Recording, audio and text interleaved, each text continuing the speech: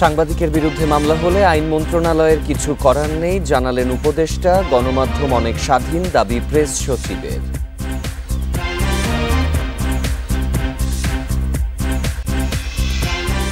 সাবেক সিইসি হাবিবুল আউয়াল 3 দিনের রিমান্ডে। বিতর্কিত দ্বাদশ সংসদ নির্বাচনের জন্য দুষলেন দলীয় সরকারকেই।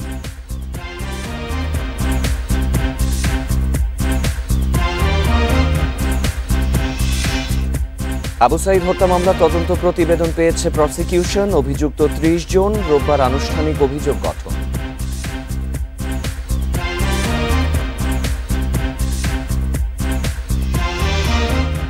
গণ অভ্যুত্থান দিবস উপলক্ষে বিএনপির 36 দিনের কর্মসূচি। 30 জুন রাত 12টায় শহীদ মিনারে মোমবাতি প্রজ্বালন।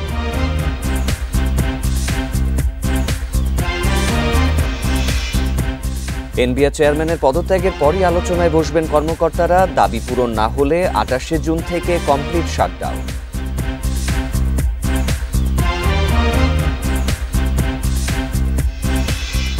বিরতিহীন রাত 9টায় বাংলাদেশের শিরোনাম শুনছিলেন। পুরো খবর নিয়ে আছি সাফাদ্দিন ফরিদ। সাংবাদিকদের বিরুদ্ধে মামলা হলে আইন মন্ত্রণালয়ের কিছু করার নেই বলে সাফ জানালেন উপদেষ্টা আসিফ নজরুল। বলেন, আইন মন্ত্রণালয় থেকে কোনো সাংবাদিকদের জামিন দেয়া বা না দেওয়ার ব্যাপারে কোনো নির্দেশনা নেই। রাজধানীর সিরডাপ মিলনায়তনে গণমাধ্যমের স্বাধীনতা নিয়ে এক সংলাপে এসব কথা বলেন তিনি। প্রেস সচিব বলেন, অনেক উন্নত দেশের তুলনায় বাংলাদেশের গণমাধ্যম অনেক স্বাধীন। রাজধানীর সিরডাপ মিলনায়তনে বৃহস্পতিবার সকালে গণমাধ্যমের স্বাধীনতা, সাংবাদিকদের সুরক্ষা ও আইনি কাঠামো বিশ্লেষণ নিয়ে এই সংলাপের আয়োজন করে সেন্টার ফর গভর্নেন্স স্টাডিজ। এতে অংশ নেন সাংবাদিক, রাজনীতিবিদ ও সুশীল সমাজের অনেকেই। তারা অভিযোগ করেন, গণতন্ত্র ও নির্বাচন ব্যবস্থা ধ্বংসে ভূমিকা রেখেছে গণমাধ্যম। স্বাধীন সাংবাদিকতা নিশ্চিতে আইনি পরিবর্তন, মালিকপক্ষের চাপ ও সেলফ সেন্সরশিপ থেকে বেরিয়ে আসতে হবে। কে দোষর কে দোষর নয়, এটি আদালত নির্ধারণ করবে। যদি আপনি এখন রাজনৈতিক উদ্দেশ্যে যদি এই ট্যাগ লাগানো হয়, তার ভবিষ্যৎ কি হবে? এবং এটা ভয়ের সংস্কৃতি কাজ করবে। সত্যিকার অর্থে এগুলোর খুব সংস্কারের সম্ভাবনা দেখি না, কোনো একটা বিপ্লব ছাড়া। প্রেস ফ্রিডম নিয়ে আলোচনা আনতে চাই বা সংস্কার করতে চাই, তাহলে আমাদের যে আর্টিকেল 39 এ যে ইনসাইটমেন্ট আর ইনডিসেন্সি দুটো সাব ক্লজ আছে, এই দুটো সাব ক্লজে আসলে হয়তো বদল আনাটা অত্যন্ত গুরুত্বপূর্ণ। সংলাপে উঠে আসে 5 আগস্ট পরবর্তী সাংবাদিকদের নামে হত্যা মামলার বিষয়। কেউ মামলা করলে আইন মন্ত্রণালয়ের কিছু করার নেই বলে জানান উপদেষ্টা। বলেন, ডিজিটাল আইনের বেশিরভাগ মামলাই প্রত্যাহার করা হয়েছে। সাংবাদিকতা করার জন্য মামলাটা হয় না, তাদের বিরুদ্ধে ইনসাইটমেন্ট টু ক্রাইম বা এই অ্যারেঞ্জমেন্টের জন্য মামলাটা হয়েছে। এখানে আপনারা অবশ্যই প্রশ্ন তুলতে পারেন যে ওনারা জামিন পাওয়ার অধিকার আছে কিনা, অবশ্যই এই ব্যাপারে আপনার প্রশ্ন তোলা যায়। কিন্তু মামলার ব্যাপারে আমাদের কিছু করার নেই। মামলা করেছে সাধারণ মানুষ, সমস্ত শ্রেণীর মানুষের বিরুদ্ধে মিথ্যা মামলা হয়েছে। সেই তুলনায় সাংবাদিকদের বিরুদ্ধে মামলা করেছে, সেটা পার্সপেক্টিভ থেকে খুব অস্বাভাবিক না, অনাকাঙ্ক্ষিত কিন্তু অস্বাভাবিক না। শেখ হাসিনার শাসনামলে গণমাধ্যমের প্রতি সাধারণ মানুষের বিশ্বাসহীনতা জন্মায় উল্লেখ করে প্রেস সচিব জানান, গত 10 মাসে সরকার স্বাধীন সাংবাদিকতা নিশ্চিতে চেষ্টা করেছে। কেউ যদি বলেন যে বাংলাদেশের স্বাধীনতা নাই, একদম ফালতু কথা। বাংলাদেশের জার্নালিজম এত ফ্রিডম আছে, আমি বলবো যে উন্নত বিশ্বেও এই ফ্রিডমটা নাই। এ সময় স্বাধীন সাংবাদিকতা নিশ্চিতে প্রচলিত সংস্কৃতি থেকে বেরিয়ে আসার প্রতি জোর দেন বক্তারা। বন ইবনে কামাল, ইন্ডিপেন্ডেন্ট নিউজ, ঢাকা। নির্বাচনে অনিয়ম এবং রাষ্ট্রদ্রোহের মামলায় সাবেক প্রধান নির্বাচন কমিশনার কাজী হাবিবুল আউয়ালের 3 দিনের রিমান্ড মঞ্জুর করেছে আদালত। দুপুরে তাকে ঢাকার সিএমএম কোর্টে হাজির করে রাষ্ট্রপক্ষের আইনজীবী 10 দিনের রিমান্ড আবেদন করলে 3 দিন মঞ্জুর করে আদালত। এর আগে জেরার মুখে দলীয় সরকারের অধীনে সব নির্বাচন বিতর্কিত বলে স্বীকার করেন তিনি। তবে দায় চাপান রাজনৈতিক নেতৃত্ব ও সরকারের ওপর। আওয়ামী লীগ ও একই দলের স্বতন্ত্র প্রার্থীদের দিয়ে 2024 সালের জাতীয় সংসদ নির্বাচন করে ডামি ভোটের কারিগর উপাধি পান কাজী হাবিবুল আউয়াল। সাবেক এই সিইসিকে বুধবার রাজধানীর মগবাজার থেকে গ্রেপ্তার করে পুলিশ। বৃহস্পতিবার দুপুরে কড়া নিরাপত্তায় তাকে হাজির করা হয় পুরান ঢাকার সিএমএম আদালত প্রাঙ্গণে। প্রায় 10 মিনিট আদালতে জেরার সম্মুখীন হন কাজী হাবিবুল আউয়াল। এ সময় দ্বাদশ সংসদ নির্বাচন বিতর্কিত স্বীকার করে সমস্ত দোষ চাপালেন হাসিনা সরকারের উপরে। সে স্বীকার করেছে যে ওই নির্বাচনটা ডামি নির্বাচন ছিল। হাবিবুল আউয়ালকে অসুস্থ দাবি করে জামিনের আবেদন করেন তার আইনজীবী। তবে তার বিরুদ্ধে সাংবিধানিক পদ লঙ্ঘন করে নির্বাচনের নামে প্রহসন, রাষ্ট্রদ্রোহ ও অর্থ আত্মসাতের অভিযোগ তোলেন রাষ্ট্রপক্ষের আইনজীবীরা। এ বিষয়ে জিজ্ঞাসাবাদের জন্য রিমান্ডের আবেদন জানান। অন্য কারোর উপরে দায় দেওয়ার তার কোনো রকমের সুযোগ নাই। সমস্ত নির্বাচন বিষয়টাকে এই প্রশাসনের নির্বাচনের দায় দায়িত্ব তাকে নিতে হবে। সংবিধান লঙ্ঘন করে রাষ্ট্রদ্রোহী কাজ করেছে। দুপক্ষের যুক্তিতর্ক শেষে সাবেক সিইসির 3 দিনের রিমান্ড মঞ্জুর করে আদালত। উভয় বক্তব্যের পরে তার বিরুদ্ধে 10 দিনের রিমান্ড প্রার্থনা করা হয় তদন্তকারী কর্মকর্তার পক্ষ থেকে। সেখানে 3 দিনের রিমান্ড মঞ্জুর করে বিজ্ঞ আদালত তাকে জিজ্ঞাসাবাদ করার জন্য তদন্তকারী কর্মকর্তাকে অনুমতি প্রদান করেন। গেল রোববার বিএনপি নেতার দায়ের করা মামলায় আরেক সাবেক সিইসি KM নুরুল হুদাকেও রিমান্ডে নেওয়া হয়েছে। মাহফুজার রহমান মিলন, ইন্ডিপেন্ডেন্ট নিউজ, ঢাকা। জুলাই গণঅভ্যুত্থানে প্রথম শহীদ রংপুরের বেগম রোকেয়া বিশ্ববিদ্যালয়ের ছাত্র আবু সাঈদ হত্যা মামলা তদন্ত শেষে প্রতিবেদন হাতে পেয়েছে প্রসিকিউশন। 30 জনের বিরুদ্ধে প্রতিবেদন দাখিল করেছে তদন্ত সংস্থা।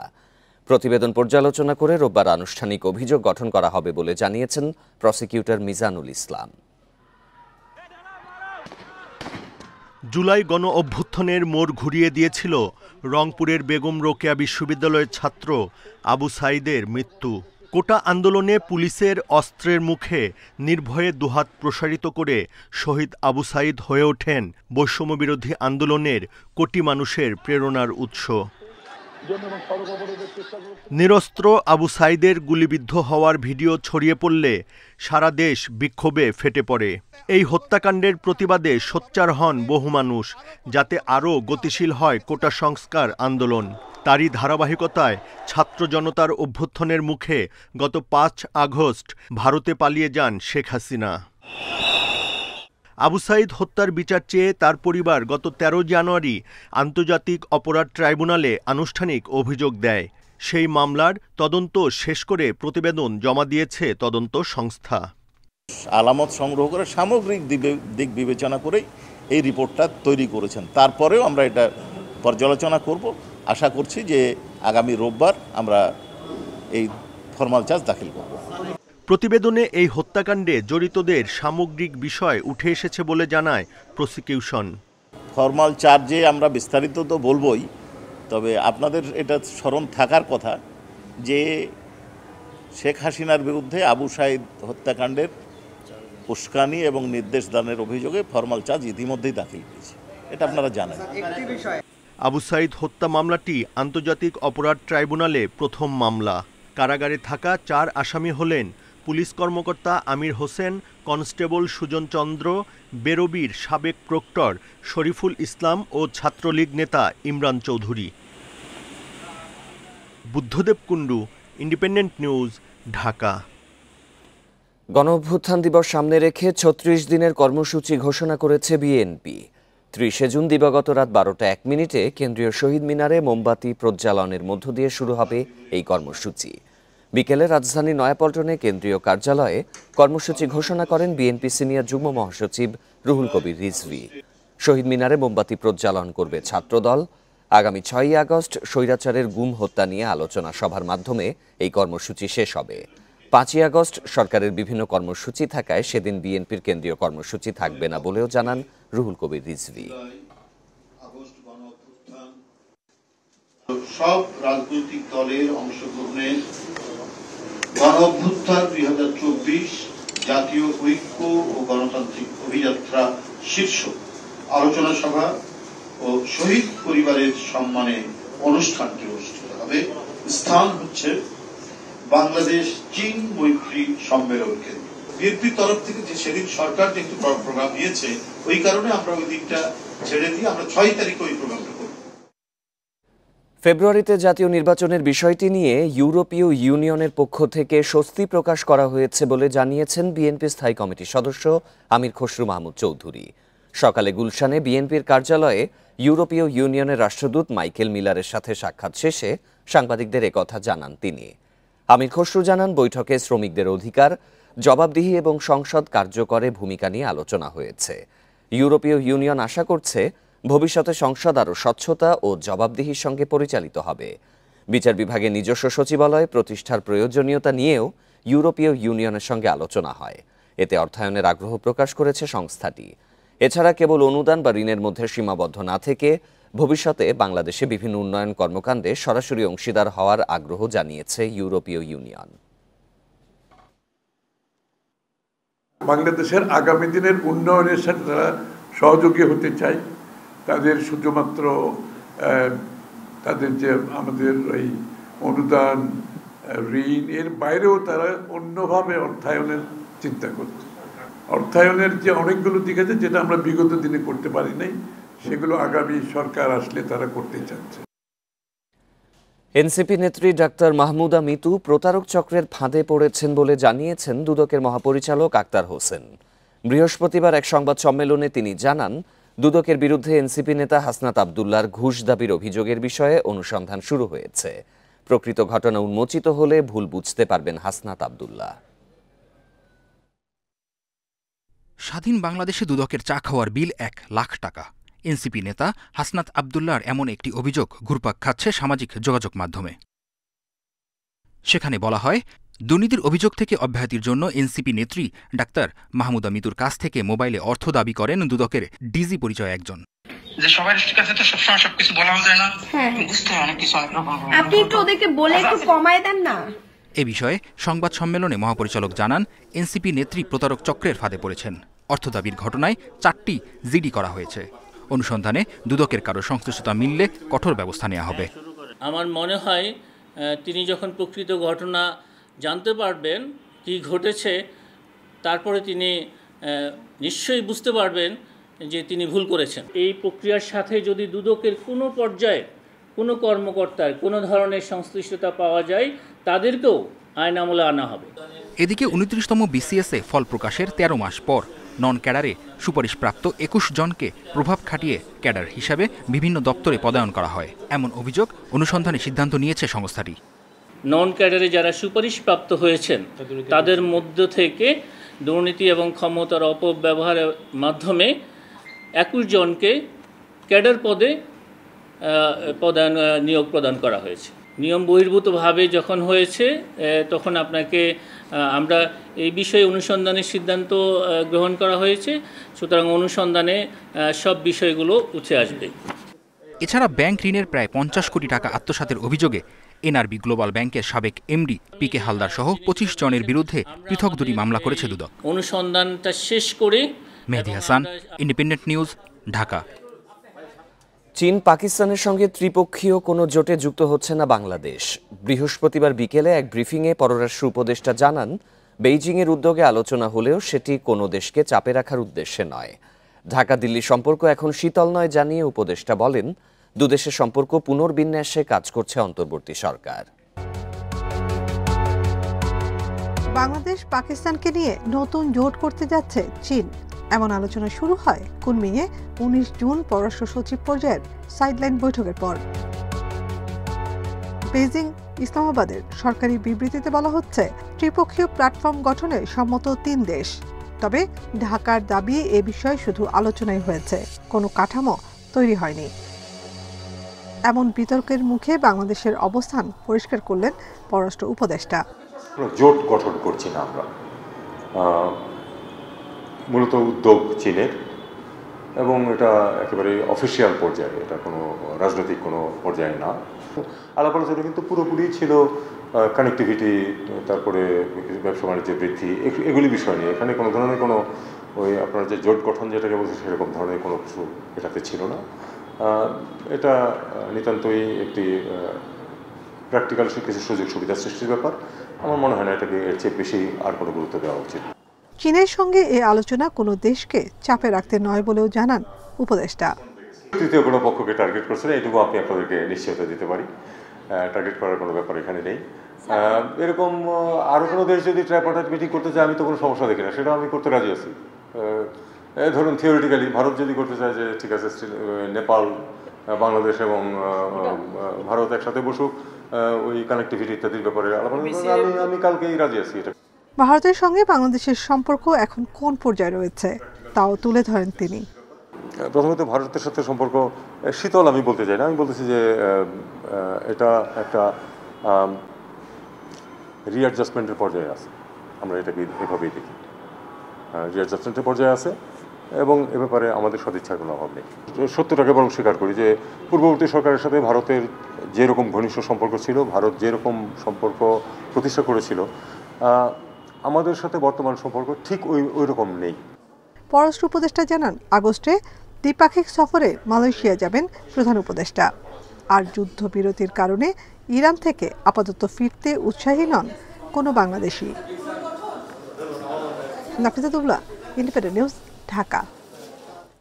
মৌলভীবাজার, খাগড়াছড়ি ও মেহেরপুর সীমান্তে ৪৮ জনকে পুশিন করেছে বিএসএফ। মৌলভীবাজারের শ্রীমঙ্গলের কাকমারা সীমান্ত দিয়ে পুশিন হওয়া ১৯ জনকে আটক করে পুলিশে দিয়েছে স্থানীয়রা। কমলগঞ্জ সীমান্ত দিয়ে পুশিন করা ৬ জনকে আটক করেছে বিজিবি। খাগড়াছড়ি সীমান্তে ১৫ জনকে পুশিন করিয়েছে বিএসএফ। ভোরে জেলার মাটিরাঙ্গা শান্তিপুর সীমান্ত দিয়ে ৯ জন এবং পানছড়িতে ৬ জনকে পুশিন করা হয়। উপজেলা নির্বাহী কর্মকর্তা জানান, কিভাবে তাদের পুশিন করেছে সে বিষয়ে এখনও জানা যায়নি। তারা ভারতের শ্রমিক হিসেবে কাজ করতেন। তারা বেলছড়ি উচ্চ বিদ্যালয়ে বিজিবির তত্ত্বাবধানে আছেন। পরিচয় যাচাই শেষে সিদ্ধান্ত নেওয়া হবে বলেও জানান তিনি। এদিকে মেহেরপুরের রংমহল সীমান্ত দিয়ে নারী ও শিশুসহ ৮ জনকে পুশিন করেছে ভারতীয় সীমান্তরক্ষী বাহিনী বিএসএফ।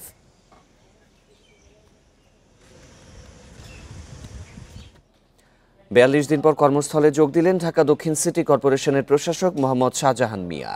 বৃহস্পতিবার বেলা ১:৩০টার দিকে তিনি নগর ভবনে প্রবেশ করেন। বিএনপি নেতা ইশরাক হোসেনের সমর্থকদের আন্দোলনের মুখে ১৫ মে থেকে অচলাবস্থা চলছে ঢাকা দক্ষিণ সিটি কর্পোরেশনে। আজও সকাল থেকে ইশরাক সমর্থকেরা নগর ভবনের সামনে অবস্থান নিলেও দুপুরের দিকে তারা চলে যান। কার্যালয়ে ঢুকে প্রশাসক জানান, ১.৫ মাস ধরে নগরবাসী যে দুর্ভোগে ছিল তা দ্রুত সময়ের মধ্যে সমাধান করা হবে। ডেঙ্গু ও জলাবদ্ধতা নিরসনে নানা পদক্ষেপ নেওয়ার কথা জানান শাহজাহান মিয়া। গত সময়ের মতো আর কোনো প্রতিকূলতা আসবে না বলে সার্বিক কাজে জনগণের সহযোগিতা প্রত্যাশা করেন ঢাকা দক্ষিণের প্রশাসক। সবচেয়ে বড় প্রায়োরিটি যে এই মুহূর্তে আমাদের বাজেট প্রণয়ন, সেটির জন্য আমরা সবাই দিনরাত পরিশ্রম করে কাজ করতেছি। তারপরে বড় আরেকটি প্রায়োরিটি হচ্ছে যে আপনার ডেঙ্গু মশার নিয়ন্ত্রণ, এটার জন্য আমরা দিনরাত পরিশ্রম করে কাজ করে যাচ্ছি। আর হচ্ছে বিশেষ করে পরিষ্কার পরিচ্ছন্নতা, জলাবদ্ধতা নিঃসরণ, এই কাজগুলো নিয়ে আসলে আমরা সামনে এগিয়ে যেতে চাই। এইচএসসি ও সমমানের পরীক্ষার প্রথম দিনে অনুপস্থিত ছিলেন ১৯,৭৫৯ জন আর বহিষ্কার হয়েছেন ৪৩ জন। এবার মোট পরীক্ষার্থী ১২,৫১,১১১ জন। তীব্র যানজটের জন্য ভোগান্তিতে পড়তে হয় পরীক্ষার্থীদের। বৃহস্পতিবার সকালে কেন্দ্র পরিদর্শন শেষে শিক্ষা উপদেষ্টা জানান, সুষ্ঠুভাবে পরীক্ষা সম্পন্ন করতে সব ব্যবস্থা নেওয়া হয়েছে। বাংলা প্রথম পত্র পরীক্ষার মধ্য দিয়ে এবারের এইচএসসি পরীক্ষা শুরু হয়। এদিকে সড়কে তীব্র যানজটের জন্য ভোগান্তিতে পড়তে হয় পরীক্ষার্থীদের। অনেকেই নির্দিষ্ট সময়ে কেন্দ্রে প্রবেশ করতে পারেনি। এমনিতেও বাচ্চারা নার্ভাস হয়ে থাকে। তারপরে গাবতলী থেকে আসছি 7:30টার দিকে, এসে 9:30টায় পৌঁছেছি। নেমে গিয়ে হেঁটে আবার 14 নম্বর আসছি, এসে ওখান থেকে আরেকটা রিক্সা উঠলাম। উঠার পরে যখন আমি মেন রোডে আসছি তখনও জ্যাম। ভাবছি মনে হেঁটে যেতে হবে, এখন থেকে আর 10 মিনিট হাতে সময়। রাজধানীর ভাসানটেক সরকারি কলেজ কেন্দ্র পরিদর্শনে আসেন শিক্ষা উপদেষ্টা। এ সময় তিনি জানান, প্রশ্ন ফাঁস ঠেকাতে কঠোর ব্যবস্থা নেওয়া হয়েছে। সেই সঙ্গে গুজব ছড়ালে শাস্তির আওতায় আনা হবে। দুষ্ট চক্র তো সবসময় তারা চেষ্টা করবে এগুলো করতে, কিন্তু যেভাবে আমরা এসএসসিটা সামলেছি আশা করি এগুলো আমরা সামলাতে পারবো। এবং যতটুকু করণীয় অনেক আগের থেকেই প্রশ্নপত্রগুলো নির্দিষ্ট জায়গায় সেগুলো নিয়ে যাওয়া, সেগুলো একটা হেফাজতে রাখা এবং পরীক্ষার কিছুক্ষণ আগে সে সেন্টারগুলিতে নিয়ে আসা, সব কিছু মিলিয়ে খুবই একেবারে ডিটেইল প্ল্যানিংয়ের মাধ্যমে সেগুলো করা হয়েছে। প্রথম দিনের পরীক্ষা প্রত্যাশা অনুযায়ী হয়েছে বলে জানিয়েছে পরীক্ষার্থীরা। পরীক্ষা অনেক কমন এসেছে আলহামদুলিল্লাহ, যেগুলো পড়েছি সেগুলো এসেছে। প্রশ্ন অনেক সহজ হয়েছে, না কোনো সমস্যা হয়নি। একটু দেরি হয়েছে, যার কারণে একটু লেখা বাকি ছিল, কিন্তু প্রশ্ন আসলে সহজ, ভালো ছিল মোটামুটি। 10 আগস্ট পর্যন্ত চলবে লিখিত পরীক্ষা, আর ব্যবহারিক শেষ হবে 21 আগস্ট। পরীক্ষা শেষে 60 দিনের মধ্যে ফল প্রকাশ করা হবে। কোনো ধরনের অভিযোগ ছাড়াই প্রথম পরীক্ষা সুষ্ঠুভাবে অনুষ্ঠিত হয়েছে। এই ধারা একদম শেষ পরীক্ষা পর্যন্ত বজায় থাকুক এমনটাই প্রত্যাশা শিক্ষার্থী এবং অভিভাবকদের। নূরে আলম, ইন্ডিপেন্ডেন্ট নিউজ, ঢাকা। নানা আয়োজনে পালন করা হলো বাংলাদেশের টেস্ট ক্রিকেটে 25 বছর পূর্তি। রজত জয়ন্তীতে সবচেয়ে বড় চমক ছিল টেস্ট ক্রিকেটারদের অনার্স বোর্ড, যেটা উদ্বোধন করা হয়েছে বিসিবি ভবনের নিচতলায়। ক্রীড়া উপদেষ্টা ও বিসিবি সভাপতি এই ধারাবাহিকতা রেখে সামনে এগিয়ে যেতে চান। আশা করেন টেস্টেও বাংলাদেশ এগিয়ে যাবে। স্টেজে দাঁড়িয়ে থাকা সারিবদ্ধ মুখগুলো আজ গর্বিত। বাংলাদেশের প্রথমের সাথে যুক্ত হওয়ার অহমিকায় মাথা উঁচুতে, হাসিতেই ফুটে উঠেছে সেই দিনের সেই ম্যাচে অংশ হতে পারা জীবনের সেরা অর্জন শান্ত আল শাহরিয়ার রফিকদের কাছে। পুরো প্যাক স্টেডিয়াম, প্রথম বল করতে যাচ্ছি সবাই একসাথে ও করে চিল্লিয়ে উঠছে, মানে বিশাল ব্যাপার। 25 বছর যে আমাদের স্মরণ রাখছে ক্রিকেট বোর্ড, এটার জন্য ক্রিকেট বোর্ডকে ধন্যবাদ। মেন জিনিসটাকে একটা লোক চালু করলে দেখা যায় এটা স্টার্ট হবে, বাট এই যে চালু হয়েছে ইনশাআল্লাহ মনে করি যে যত দিন যাবে এটা চালু থাকবে। বিসিবি প্রথমবারের মতো এমন আয়োজন করলো। টেস্ট ক্রিকেটে 25 বছর পূর্তি উদযাপন করলো নানা আয়োজনে। যদিও ছোট্ট রোমে ক্রিকেটার বোর্ড কর্তা সাংবাদিকদের জায়গা দিতে পারেনি আয়োজকেরা। ফার্স্ট টিমের যারা ছিলেন সিনিয়র ক্রিকেটার ছিলেন, বুলুল ভাই, আকরাম ভাই, যারা ছিলেন দুর্জয় ভাই, সবাই আমাকে অনেক স্নেহ করতো, আদর করতো। কিছু কিছু জায়গার নাম আছে, যেমন জাম্বিয়ার ভিতর, জিম্বাবুয়ের মধ্যে বোলাওয়ে, জাম্বিয়া, এমন কিছু কিছু কঠিন জায়গা আছে যেখানে মানুষই আছে 50-60 জন, ওর মধ্যে ওর ফ্রেন্ড আছে, ওর রিলেটিভ আছে।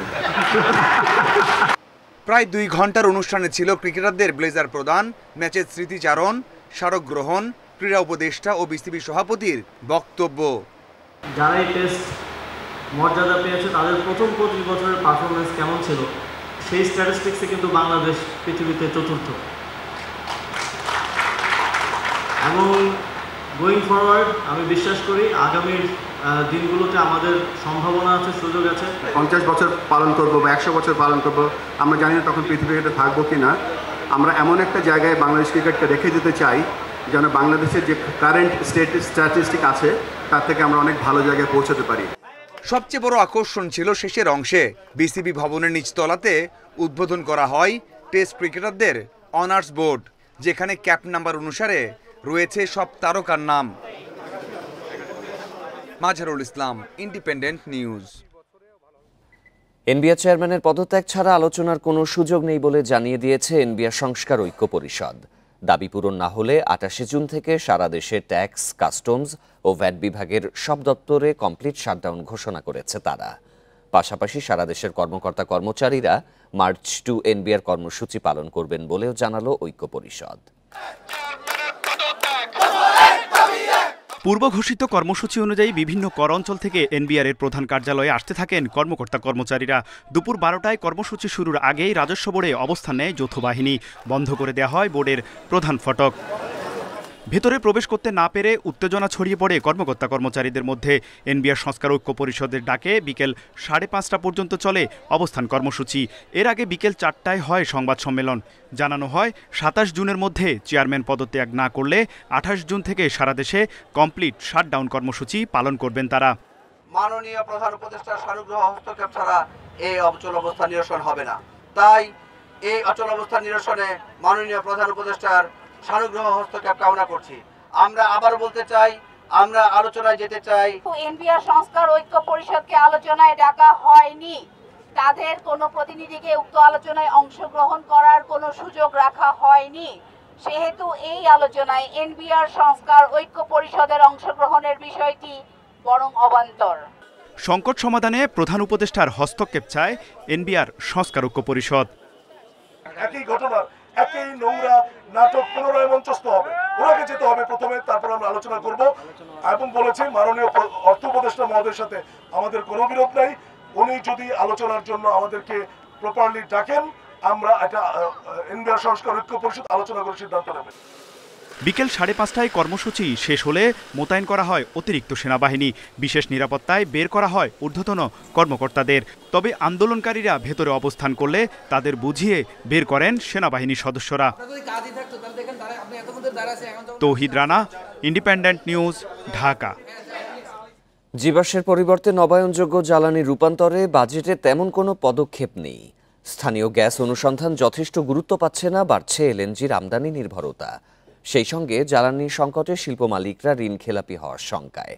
বৃহস্পতিবার রাজধানীর মহাখালীতে বাজেট আলোচনায় এসব তথ্য উঠে আসে। ক্যাবের উপদেষ্টা বলেন, জ্বালানি খাতের নিয়ন্ত্রক প্রতিষ্ঠানগুলো ফ্যাসিস্টদের মতো আচরণ করছে। বিদ্যুৎ খাতের অতিরিক্ত উৎপাদন সক্ষমতা থাকলেও জ্বালানির অভাবে নিরবচ্ছিন্ন সেবা মিলছে না। সেই সঙ্গে গ্রিডের দুর্বলতায় লোডশেডিংও হচ্ছে। গবেষকরা বলছেন, দাম সমন্বয়ের ভুল পদ্ধতিতে প্রতি লিটার ডিজেলে ভোক্তাকে বাড়তি দিতে হচ্ছে 5 থেকে 10 টাকা। শিল্পে গ্যাসের দাম 40 ভাগ বাড়লেও এলএনজি আমদানি ভ্যাট অব্যাহতি পেয়েছে। জাতীয় বাজেট পর্যালোচনায় সিপিডি বলছে, নবায়নযোগ্য বিদ্যুতের যন্ত্রপাতি আমদানিতে কর হার কমেনি। বাজেটে বিদ্যুৎ জ্বালানি খাতে বরাদ্দ 22,520 কোটি টাকা, যেখানে উন্নয়ন খাতে ব্যয় কমলেও বেড়েছে পরিচালন খরচের লক্ষ্য। এই বাজেট কোল এক্সট্রাকশন করার কথা বলছে, বড় প্রক্রিয়া থেকে এলএনজি ইম্পোর্ট করার কথা বলছে। তখন আমাদের কাছে মনে হয় যে হ্যাঁ, 1-0 যেটা শূন্য কার্বন নির্গমন, সেখানে আসলে বর্তমান সরকার উল্টো পথে হাঁটছে। আলোচনায় পোশাক ও বস্ত্রশিল্পের ব্যবসায়ীরা বলেন, বিদ্যুৎ ও জ্বালানি সংকটে কারখানার উৎপাদন কমেছে 40%, বেড়েছে খরচ ও ঋণের সুদের চাপ। যদি কোনো ধরনের বিদ্যুৎ বা গ্যাসের ইন্টারাপশন হয়, আমাদের পুরো ফ্যাব্রিকটা নষ্ট হয়ে যায়, শেড নষ্ট হয়ে যায় এবং সেখানে আমরা হিউজ লস করি। তো এই কারণে আমাদের চাহিদা ছিল যে আনইন্টারাপ্টেড গ্যাস দেওয়া হোক, বিদ্যুৎ দেওয়া হোক, যেটা এখন পর্যন্ত আমরা বাড়তি দামে দেওয়ার পরও আমরা সমস্যার মধ্যে আছি। বাপেক্সের মুনাফা ও গ্যাস ডেভেলপমেন্ট ফান্ড ব্যবহার করে গ্যাস কূপ খননের তাগিদ দেন আলোচকরা। বিদ্যুৎ জ্বালানি খাতের সংস্কারের ধীর গতির সমালোচনা করেন বক্তারা। গ্যাস উন্নয়ন তহবিল যখন গঠন করা হয়, বিআরসির এক্স চেয়ারম্যান, তখনকার লোকজনের প্রকৃত দেশপ্রেম ছিল। তখনকার লোকজন আমাদের সঙ্গে কথাবার্তা বলে সিদ্ধান্ত নিত। এখন তারা ফ্যাসিস্টের চরমতম পর্যায়ে শিখে গেছে। আলোচকরা বলেন, সম্প্রতি কয়েক ডজন সোলার প্ল্যান্টের টেন্ডার আহ্বান করা হলেও তেমন আগ্রহ দেখা যায়নি। তাদের মতে, সরকারি নীতির ধারাবাহিকতা না থাকায় ভীত বিনিয়োগকারীরা। যদি আমরা ইকুইপমেন্ট যেগুলো, হরি সাহা, ইন্ডিপেন্ডেন্ট নিউজ, ঢাকা। রাজধানী ধুলা নিয়ন্ত্রণে শুরু হলো জিরো সয়েল বা শূন্য মাটি কর্মসূচি। বৃহস্পতিবার পূর্বাচলে হারার বাড়ি চত্বরে গাছ লাগিয়ে প্রকল্পের উদ্বোধন করেন পরিবেশ উপদেষ্টা সৈয়দা রিজওয়ানা হাসান। জানান, নগরের সবুজায়নের লক্ষ্যে ঢাকা উত্তর সিটি কর্পোরেশনের 10টি অঞ্চলে 120 কিলোমিটার এলাকায় খোলা মাটিতে গাছ লাগানো হবে। একটি আদর্শ নগরে মোট আয়তনের 20 ভাগ বনভূমি থাকার কথা, অথচ রাজধানীতে রয়েছে 10 ভাগেরও কম। কয়েক কোটি মানুষের নগরীতে গাছ আছে 13 লাখ। বনভূমি যত উজাড় হচ্ছে, ততই ঘটছে মাত্রাতিরিক্ত বায়ুদূষণ। প্রতি বছরই বাড়ছে তাপমাত্রা।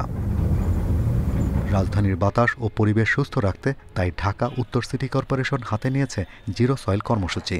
গতানুগতিক সামাজিক বনায়নের বাইরে এই প্রকল্পের মূল লক্ষ্য নগরীকে নতুন করে সাজানো। এতে সহায়তা করছে বন বিভাগ ও রাজুক। এয়ারপোর্ট থেকে বনানী পর্যন্ত যান, আপনারা কিন্তু এই শহরের ডিভাইডারের মধ্যে মিডিয়ানে ফুল দেখতে পাবেন। আমরা চাই সারা বছর শহরের মধ্যে ফুল ফুটবে, গাছ থাকবে এবং একটি সুন্দর পরিবেশ থাকলে। সব জায়গায় মাটি বের হয়ে আছে, আমরা মাটিগুলো বিভিন্ন গাছ দিয়ে, বিভিন্ন লতা দিয়ে, বিভিন্ন ঘাস দিয়ে ঢেকে দিতে চাই, যাতে অন্তত পক্ষে আগামী দিনে আমরা বায়ু দূষণ থেকে মুক্ত থাকতে পারি, আমাদের স্বাস্থ্য ভালো থাকে। কর্মসূচি উদ্বোধন করে পরিবেশ উপদেষ্টা জানান, আবাসনের নামে পূর্বাচল, উত্তরাসহ বিভিন্ন এলাকায় বনভূমি উজাড় করা হয়েছে। তবে আবাসনের পাশাপাশি বনভিত্তিক পরিবেশও জরুরি। তাই এখন থেকে কোথাও খোলা মাটি না রেখে গাছ, ঘাস বা লতা দিয়ে ঢেকে সবুজায়ন করতে হবে।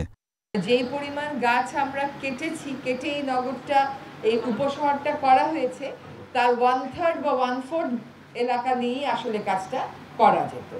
কারণ একটা প্রাকৃতিক ব্যবস্থা আপনি ভেঙে দিলে এটা আর আপনি ঠিক করতে পারবেন না। আমি আপনাকে 5000 প্লট দিতে পারবো, কিন্তু আমি আপনাকে একটা গড় ইকোসিস্টেম, গড় এলাকার যে পরিবেশ ব্যবস্থা, যেভাবে এখানে আমরা ধ্বংস করেছি, এটা আর আমি সৃষ্টি করে দিতে পারবো না।